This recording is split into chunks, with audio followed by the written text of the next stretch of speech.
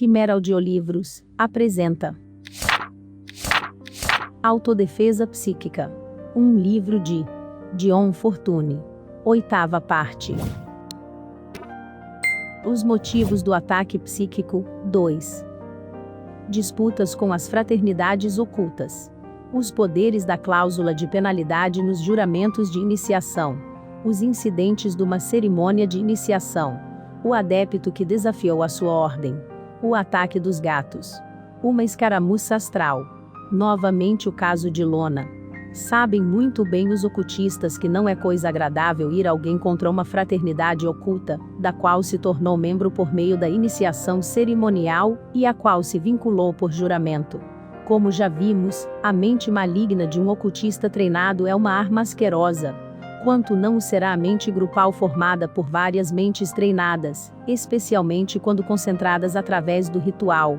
Mas além da força mental individual dos membros de uma fraternidade, e além da força coletiva de sua mente grupal, há um outro fato a considerar, quando uma genuína organização oculta está envolvida em operações de proteção ou destruição. Toda organização oculta depende para seu poder de iniciar aquilo, que se chamam seus contatos, ou seja, de um ou mais de seus líderes estarem em contato com certas forças. Se, além disso, a organização tem uma longa linha de tradição atrás de si, uma potentíssima coleção de formas mentais estará reunida em sua atmosfera. Toda cerimônia de iniciação contém, de uma forma ou outra, o juramento dos mistérios, que proíbe o candidato de revelar o segredo dos mistérios, ou de abusar dos conhecimentos que eles fornecem. Esse juramento sempre contém uma cláusula de penalidade, e uma invocação, em que o candidato de submete a penalidade, quando há abuso de confiança, e invoca algum ser para cumprir a penalidade. Alguns desses juramentos são coisas formidáveis, e eles são administrados com toda a solenidade que a encenação pode arquitetar. A maneira pela qual as fraternidades ocultas conseguiram preservar os seus segredos mostra como raramente esses juramentos foram quebrados. No caso de uma disputa com uma fraternidade oculta, a força invocada nesse juramento pode entrar em ação automaticamente. Se o irmão recalcitrante está no espírito da tradição, e são seus líderes que estão errados, o poder invocado no juramento será uma poderosa influência protetora contra a qual os próprios líderes colidirão. Se, por outro lado, o irmão falta com a palavra os mistérios, essa corrente punitiva entrará em ação, embora sua defecção possa passar despercebida. Contou-me uma testemunha ocular um incidente que ocorreu numa iniciação, na qual o candidato, um homem absolutamente normal, ao que parecia, depois de fazer o juramento da maneira usual, subitamente gritou de maneira terrível, espantando a todos, e ficou enfermo por algumas semanas, como se tivesse sofrido um severo choque nervoso, e nunca mais se dedicou a nada que se relacionasse ao ocultismo. Nenhuma explicação jamais foi dada para o incidente. Eu estava presente numa certa ocasião, em que um grupo de 3 candidatos estava sendo preparado, e subitamente fomos informados no curso da cerimônia, que o número dos candidatos havia se reduzido a 2. Soubemos depois que o terceiro se apavorara e fugira. O que aconteceu nesses 2 casos, eu não sei. Se houve uma quebra de palavra, ou se uma estava planejada, ninguém pode dizer, mas algo lançou medo do Senhor sobre esses 2 indivíduos, e de modo bastante efetivo. Que esse choque não é inerente à cerimônia, prova o fato de que há apenas 2 casos em minha experiência, e posso afirmar que presenciei um grande número de cerimônias. Pessoalmente, quando recebi minha própria iniciação, senti como se tivesse chegado ao porto após uma viagem tempestuosa. Outro homem de minhas relações, que eu acreditava ser um ocultista superior, foi expulso da ordem a qual pertencia, porque eu não sei, mas pelo que vi depois posso imaginar que houve razões suficientes. Em desafio ao seu juramento de iniciação, ele começou a edificar uma loja independente. Aconselharam-no a desistir, e ele o fez, desmantelando o templo. Mas começou imediatamente a construir outro templo num lugar cuidadosamente oculto, e dessa vez ele foi mais ambicioso, pois se achou pronto para tentar os grandes mistérios. Ele era um artesão muito hábil, e fez todo o equipamento do templo com as próprias mãos, de modo que ninguém podia saber o que estava em ação. Escondido atrás de cortinas de renda de Nottingham, numa rua comum de West London, levantava-se um belo e pequeno templo dos mistérios maiores. Ele completou sua obra após meses de árduo trabalho, e ninguém sabia dela, a não ser os seus amigos íntimos. Mas antes de começar o trabalho ritual verdadeiro, ele foi à costa para um pequeno descanso, e lá sofreu um ataque do coração, enquanto estava deitado na praia, e morreu em 4 horas. Os segredos da ordem não foram revelados. Outro homem que tivera uma disputa com a mesma famosa ordem, imprimiu e divulgou seus segredos, como um ato de vingança. Ele era um homem de boa posição social, riquezas consideráveis e brilhantes habilidades literárias, e alcançara um nome como escritor. Desde então ele começou a declinar, e chegou à pobreza e à desgraça. A maldição de Ahasuerus parecia tê-lo alcançado, e ele foi acossado de país em país, não encontrando um lugar para morar. Nenhum editor publicou seus livros, nenhum jornal os noticiou. Contarei, por fim, as minhas próprias experiências numa escaramuça astral. Eu escrevera uma série de artigos sobre os abusos que ocorrem nas fraternidades ocultas, e eles foram publicados na Occult Review. Minha escrita é largamente inspirada, e muito do que escrevo me vem, sem que eu tenha um conhecimento prévio do assunto, e nesse caso particular eu divulgara muito mais do que sabia, e me via em sérios apuros. O primeiro sinal disso, foi uma sensação de desassossego e inquietação. Passei depois a ter a sensação, de que as barreiras entre o visível e o invisível estavam, por assim dizer, cheias de fendas, e continuei tendo vislumbres do astral misturando-se com a minha consciência desperta. Isso, para mim, é incomum, pois eu não sou naturalmente sensitiva, e na técnica em que fui treinada, aprendemos a manter os diferentes níveis de consciência rigorosamente separados, e a utilizar um método específico para abrir e fechar as portas. É raro alguém obter um psiquismo espontâneo. A nossa visão assemelha-se ao emprego de um microscópio no qual examinamos material preparado. A sensação de vaga inquietação transformou-se gradualmente numa sensação definida de ameaça e antagonismo, e comecei então a ver rostos demoníacos em lampejos, que se assemelhavam àquelas imagens retratos, que os psicólogos chamam pelo nome antipático de hipnagógicas, lampejos de sonhos que aparecem no limiar do sono. Eu não suspeitava em absoluto de nenhum indivíduo particular, embora estivesse ciente de que meus artigos haviam irritado profundamente alguém, qual não foi a minha surpresa então, quando recebi de uma pessoa, a quem considerava uma amiga, e por quem tinha o maior respeito, uma carta que não me deixou dúvida alguma quanto à fonte do ataque, e sobre o que eu poderia esperar, se mais artigos fossem publicados. Posso honestamente dizer que até receber essa carta eu nunca tivera a menor suspeita, de que essa pessoa, estava implicada nos escândalos que eu atacara. Eu estava numa posição delicada, havia lançado uma carga de artilharia sobre princípios gerais, e havia aparentemente apanhado muitos amigos e confrades e causado um grande reboliço no Pombal. Minha posição era ainda mais delicada, porque eu não sabia o tanto que eles suspeitavam que eu soubesse. Eu sabia, é claro, que esses abusos existiam esporadicamente no campo do ocultismo como todos no movimento sabem, mas saber dessa maneira vaga é uma coisa, e pôr o dedo na ferida de casos específicos é outra. Eu descobrira evidentemente algo muito mais considerável do que supunha. Eu me sentia como um menino que, pescando peixinhos, fisgasse um tubarão. Eu tinha que decidir se tentaria recuperar os meus artigos da Occult Review, ou se os deixaria correr o seu curso natural e sofrer as consequências. Eu tinha tido um fortíssimo impulso para escrever esses artigos, e agora eu podia ver por que isso ocorria. Direi algo, em outro capítulo, a respeito dos vigilantes, essa curiosa seção da hierarquia oculta, que cuida do bem-estar das nações. Uma parte de seu trabalho está aparentemente relacionada com o policiamento do plano astral. Pouco se sabe realmente sobre eles.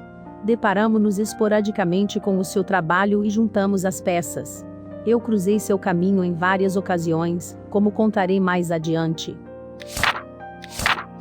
Sempre que a magia negra está em ação, ele se põe em ação, para entravar-lhe os planos.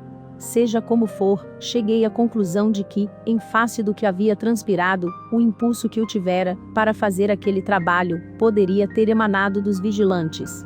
De qualquer maneira, o trabalho precisava continuar. Alguém tinha que atacar esses pontos empesteados, a fim de purificá-los, de modo que resolvi manter minhas ideias, e resolver a questão, e portanto, deixar os artigos em questão seguirem o seu curso. Algumas coisas realmente curiosas começaram a acontecer. Passamos a sofrer uma desagradável invasão de gatos negros.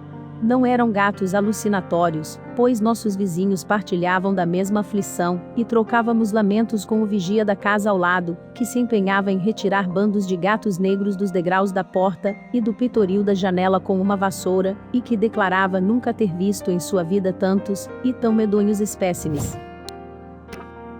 Toda a casa foi invadida pelo terrível mau cheiro dos animais. 2 membros de nossa comunidade saíam para trabalhar diariamente, e em seus escritórios, em diferentes partes de Londres, eles encontravam o cheiro penetrante dos gatos. No início, atribuímos essa perseguição a causas naturais, e concluímos que éramos parentes próximos de alguma fascinante felina, mas os incidentes se sucediam, e sentimos que as coisas não estavam absolutamente no curso ordinário da natureza. Estávamos nos aproximando do equinócio vernal, que é sempre um tempo difícil para os ocultistas. Havia uma sensação de pressão e tensão na atmosfera, e todos nós nos sentíamos decididamente inquietos. Certa manhã, subindo ao andar de cima após o desjejum, eu subitamente vi, descendo as escadas em minha direção, um gigantesco gato malhado, de 2 vezes o tamanho de um tigre. Ele parecia absolutamente sólido e tangível. Eu o encarei petrificada por um segundo, e então ele desapareceu. Compreendi instantaneamente que era um simulacro, ou uma forma mental, que estava sendo projetada por alguém com poderes ocultos. Não que a aparição fosse de alguma maneira agradável, mas era muito melhor do que um tigre real. Sentindo-me realmente inquieta, pedi a uma de minhas companheiras para juntar-se a mim, e quando nos sentamos em meu quarto em meditação ouvimos o grito de um gato vindo de fora. Esse grito foi respondido por outro, e outro.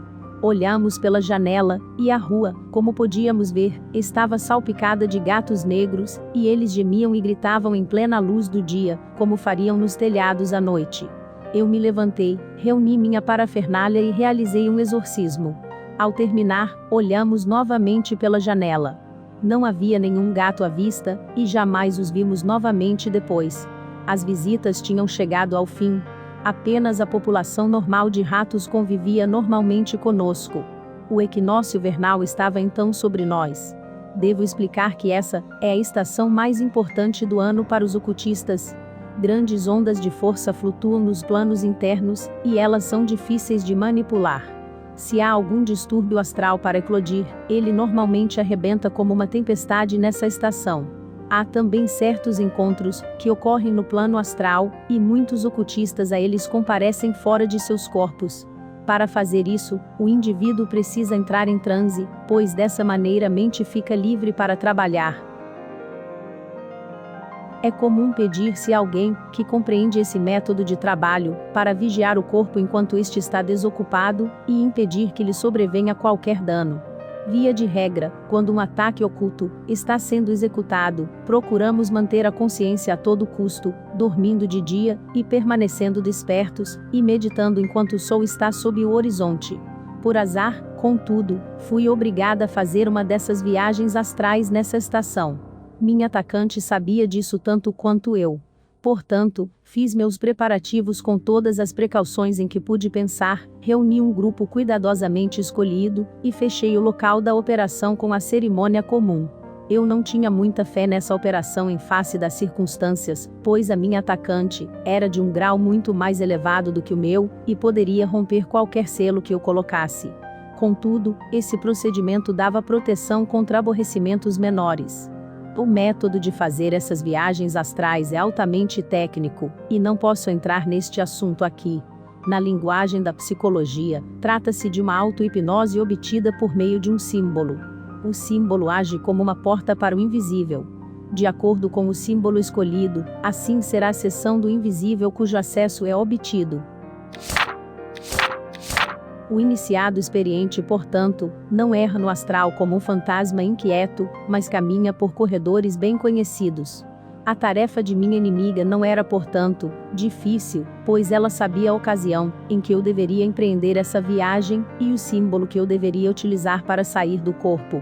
Preparei-me, por conseguinte, para sofrer a oposição, embora não soubesse a forma que ela tomaria.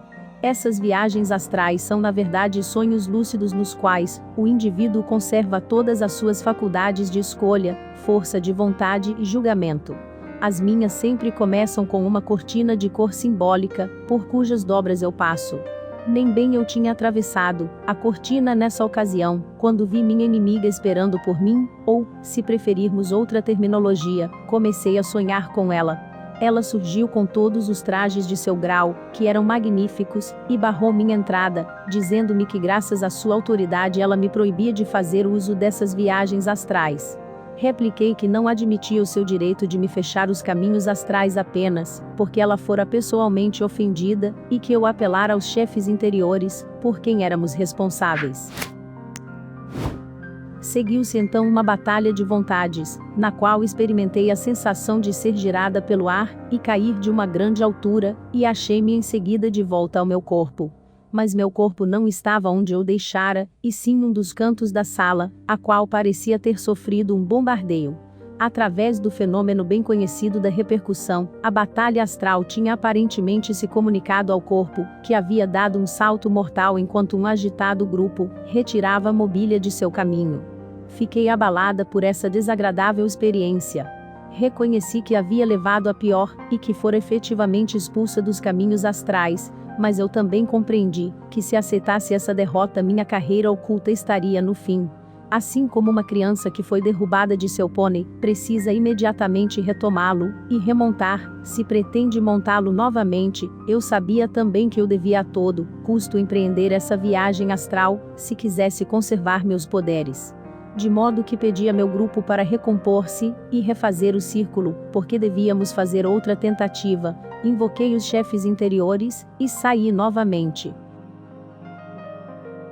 Desta vez houve uma pequena e brusca batalha, mas consegui terminar o trabalho. Tive a visão dos chefes interiores e retornei. A batalha havia terminado. Desde então, nunca mais tive qualquer complicação. Mas ao tirar minhas roupas para ir à cama, senti que minhas costas estavam muito doloridas, e, tomando um espelho de mão, descobri que eu estava marcada de arranhões do pescoço à cintura, como se tivesse sido arranhada por um gato gigantesco.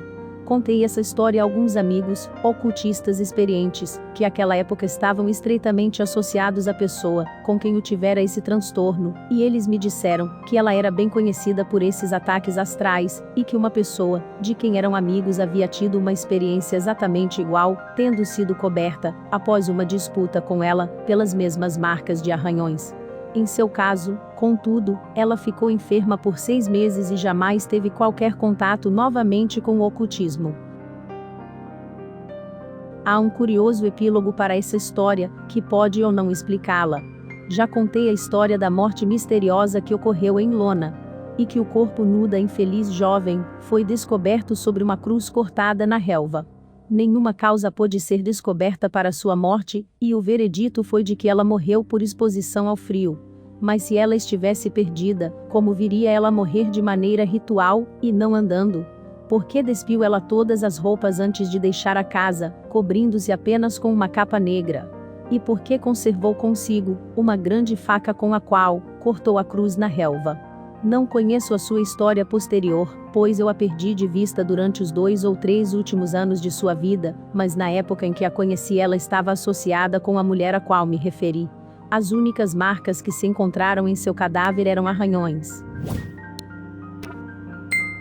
Assuntos abordados: defesa psíquica, autodefesa psíquica, defesa energética, defesa espiritual, ataque psíquico, ataque energético, ataque espiritual, duplo etérico, sensitivos, o poder da mente humana, o poder da mente, manipulação mental, ocultismo, magnetismo pessoal, hipnotismo, telepatia, distúrbio psíquico, distúrbio mental, psicanálise, estudo do ocultismo, psicologia, estudo espiritual, desequilíbrio mental, poder da mente humana, Distúrbio emocional. Os melhores audiolivros da internet você encontra em nosso canal. Inscreva-se, ative o sino e aproveite. Confira também outro audiobook de sua escolha. Até a próxima!